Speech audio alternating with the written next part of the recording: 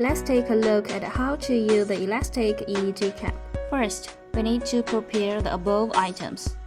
Then insert the marked electrode lane Y into the corresponding terminals of the amplifier. Preparatory work completed. Choose the appropriate EEG cap according to the patient's head circumference. You can stretch the EEG cap from front to back for smoother wear.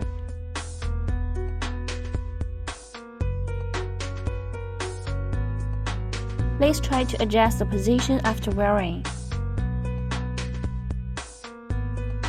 For example, the intersection of the line connecting the nasion to the posterior occipital tuberosity and the line connecting the two ear holes is the position of CZ. The FPZ is located at 10% of the line from the nasion to the external occipital tuberosity. The OZ is located at 10% of the line from the external occipital tuberosity to the nasion. Finally, connect according to the corresponding mark of the connector. Next, clean the scalp with NeuroPrep.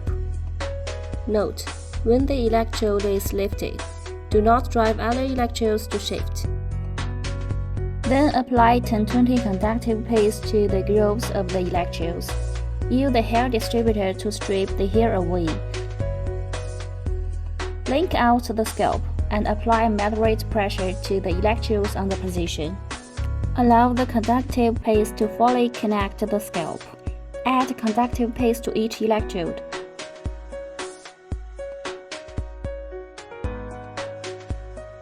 The EEG signals can now be acquired.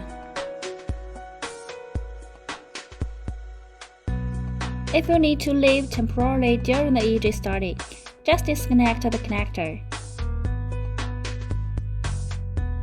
and reconnect it after return.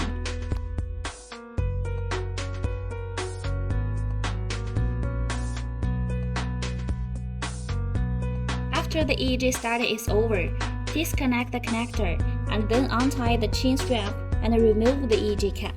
Clean the EEG cap in a dedicated cleaner. Be careful not to wet the connector. Use electrode disinfectant for disinfection after cleaning. Then clean again and dry.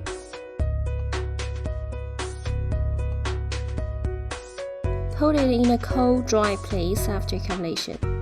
You can wear it directly when you use it next time. Sincerely thanks for watching. Thank you again.